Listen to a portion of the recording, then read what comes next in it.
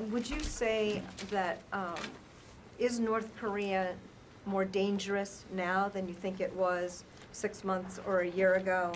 And could you talk both about the decision to send the B-2s to South Korea for this exercise? Was that not more of a provocative move by the United States? Does that risk provocating North Korea to do something more so than they might have already been? Well, first, we, the United States, South Korea, have not been involved in provocating anything. We, over the years, have been engaged with South Korea on joint exercises. The B-2 flight was part of that. I made an announcement a couple of weeks ago regarding new missile defense capabilities, which cuts to your question about is North Korea more dangerous today. I think they're very provocative actions and belligerent tone. It has ratcheted up the danger. And we have to understand that reality. We, the United States, South Korea, all of the nations in that region of the world are committed to a pathway to peace. And the North Koreans seem to be headed in a different direction here. So we will unequivocally defend, and we are unequivocally committed to that alliance with South Korea, as well as our other allies in that region of the world. And we will be prepared, we have to be prepared, to deal with any eventuality there. Thank you. Secretary. Along those lines, last week General Thurman, the commander, U.S. commander there, signed with his South Korean counterparts something called the Combined Counter-Provocation Plan. It talks about consultations with the South in light of any, North Korean provocations. We've been told this is an effort to kind of put a brake on things, to prevent things from escalating, to have a calming effect. Would you agree with that? And if not, what's the point of having this plan? Yeah, I can actually help you with that, sir, because this has been about a 2-year process. And I wouldn't describe it at all as trying to put a brake on our very close South Korean allies. I think... a brake on escalation. Well, I mean, look, you know that General Thurman wears 3 hats. One of them is a UN hat, and he's responsible for sustaining the armistice, and then he has his Combined Forces Command hat and his U.S. Forces Korea hat. So he has to have not only visibility and transparency, but he has to have influence in the process of managing the potential for conflict on the peninsula. So this was just essentially allowing him and my South Korean counterpart, General Jong, to come to agreement about how that influence will be handled. So why now? Well, the alliance has been around for 60 years, and presumably you've had consultations going back that far. Sure. I think the answer to that question is that this has been an ongoing effort to have a counter-provocation plan over the last 2 years in recognition of the stated position of the South Korean government that they no longer are willing to be provoked. And so we wanted to make sure we understood what that meant. Mr. Secretary? Jim? When Kim Jong Un took power, he was somewhat of an unknown quantity. But with the more aggressive weapons development by the North Korea over the past couple of years, missile development, another underground nuclear test, and certainly an escalation in the rhetoric, if not outright threats, to attack the United States. What's the take on him now? Is he attempting to bargain his way to the bargaining table to get aid and money, or is he a more serious threat than first imagined, or a more serious threat than his father? Well, as you note, Jim, there are a lot of unknowns here. But we have to take seriously every provocative, bellicose word and action that this new young leader has taken so far since he's come to power. We've seen some historical trajectory here on where North Korea occasionally will go to try to get the attention of the United States, to try to maneuver us into some position favorably to them, whether it's more assistance or bilateral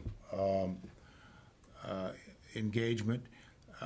But the fact is that this is the wrong way to go.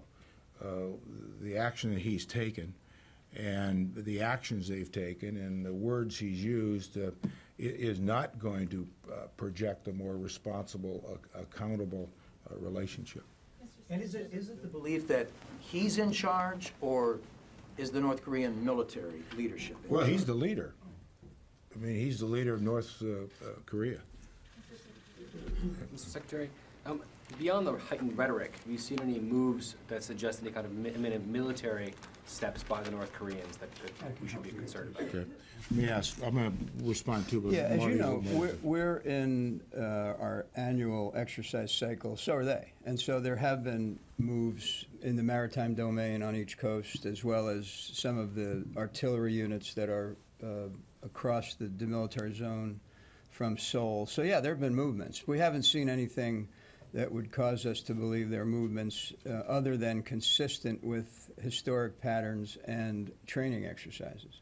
And no reaction then to the B-2s that you're aware of? Well, the reaction to the B-2 that we're most concerned about is not necessarily the reaction it might elicit in North Korea, but rather among our Japanese and Korean allies. You know, those exercises are mostly to assure our allies that they can count on us to be prepared and to help them deter conflict.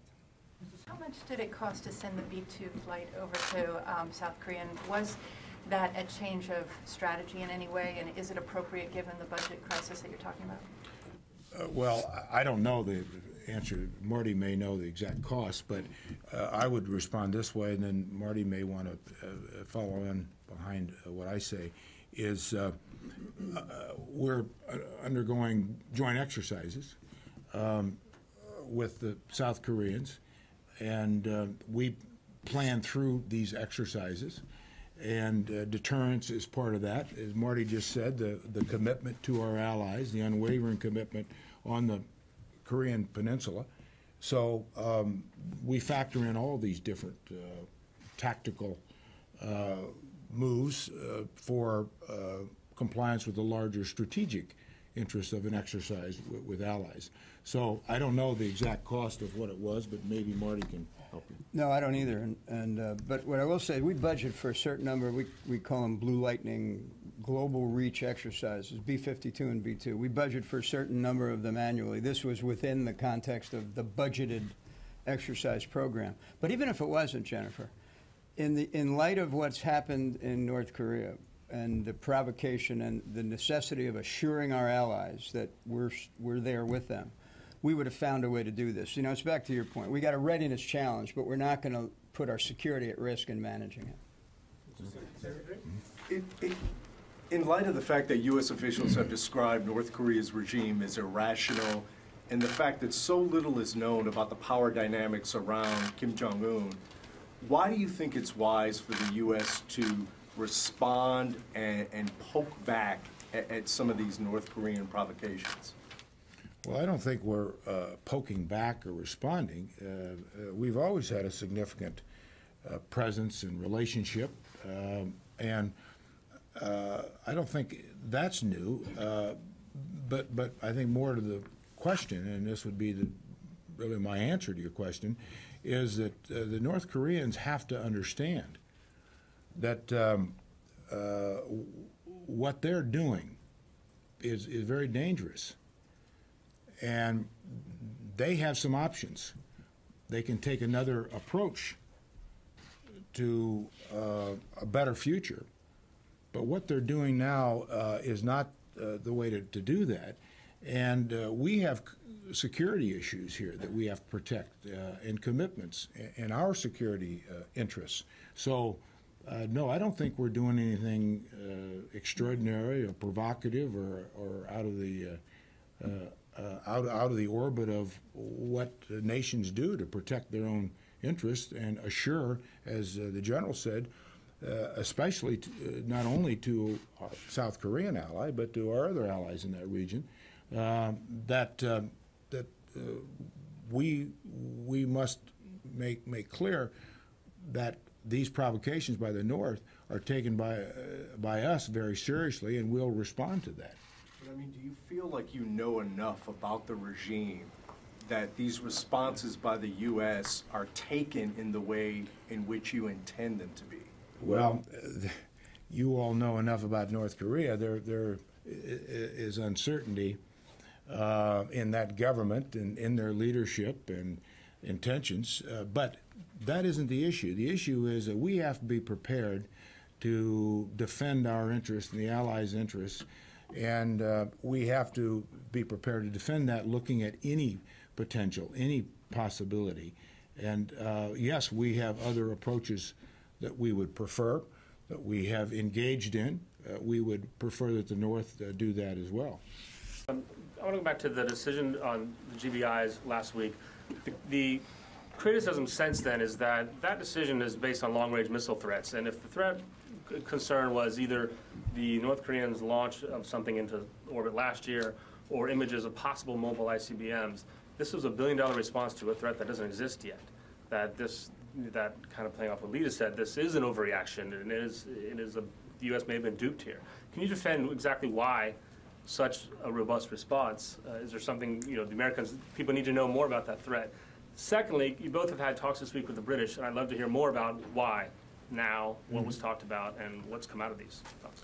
I'll let Marty handle specifically the British question. That'd be great. You handle the other one. Yeah. Well, no, you didn't let me finish. I know he'll want to say something about your question about our not well thought out strategy on missile defense announcement. At first, we don't have any choice in defending this country but to anticipate worst-case scenarios. We do know the North Koreans have missile capability. We know that they have significant capability.